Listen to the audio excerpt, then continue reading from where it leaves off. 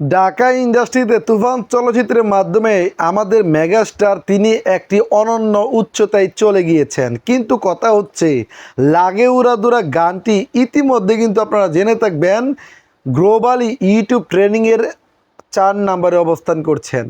আবার বাংলাদেশ এবং কলকাতায় নাম্বার 1 ট্রেন্ডিংয়ে এখন পর্যন্ত জায়গাটি দখল করেছে।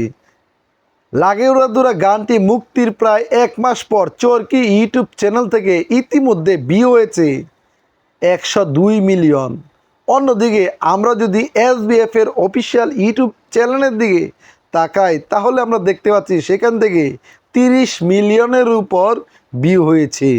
আমরা যদি দুই বাংলার দিকে তাকাই তাহলে দেখতে পাচ্ছি 132 মিলিয়নের উপর লাগে উড়াদুরা গানটি ভিউ হয়েছে। কিন্তু সমস্যাটা কোথায়? কোনো ধরনের সমস্যা নয়, জাস্ট একটা কথা বলতে চাই, একটি চলচ্চিত্রকে আরও প্রায় বিশ্বব্যাপী পরিচয় করিয়ে দেওয়ার জন্য একটি গান যেন একটি বড় একটি মাধ্যম হতে পারে, এটি হচ্ছে বড় একটি উদাহরণ।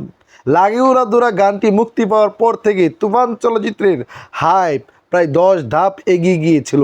তারই ফলশ্রুতিতে এত দ্রুত সময় এই গানটি এত পরিমাণ জনপ্রিয়তা পেয়েছে যা সাকিবের কেরিয়ারে বা মিমি চক্রবর্তীর কেরিয়ারে, অন্যদিকে পরিচালক রায়হান রাফির কেরিয়ারে এটি হচ্ছে প্রথম।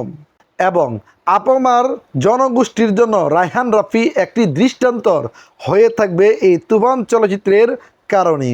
সাকিবের অনবদ্য অভিনয়, পাশাপাশি সাকিবের কাউন্টার ডেলিভারি, অ্যাকশন, এছাড়াও ডায়লগ থেকে শুরু করে প্রত্যেকটি ক্ষেত্রেই কিন্তু তুফানের একটি বিশেষ চমক ছিল। সাকিবের সাথে দাঁড়ানোর মতন ক্ষমতা কারো ছিল না। কিন্তু ফের গুঞ্জন, সাকিবের তুফান চলচ্চিত্রের যে সেকেন্ড পার্ট, সেখানে খল চরিত্রে হিসাবে দেখা যেতে পারে আমিন খানকে। এই কয়েকটি বিষয় আপনারা কেমন করে দেখছেন?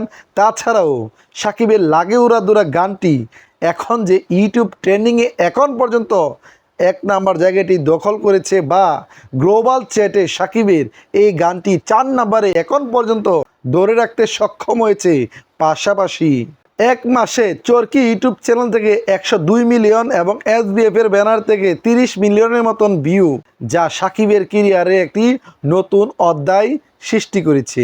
এখন আপনাদের উদ্দেশ্যে বলতে চাই, সুস্থ ধারার বাণিজ্যিক ধারার সিনেমাতে যদি কাজ করতে হয় তাহলে গানের দিকেও মনোযোগী হতে হবে এবং ভালো গান দিয়ে সিনেমামুখী মানুষদেরকে হলে আনতে হবে। এখন এই বিষয়টার সাথে যদি আপনারা একমত হয়ে থাকেন তাহলে অবশ্যই ভিডিওর কমেন্টে জানিয়ে দিবেন। তো আজকের ভিডিওটি এ পর্যন্তই। ধন্যবাদ।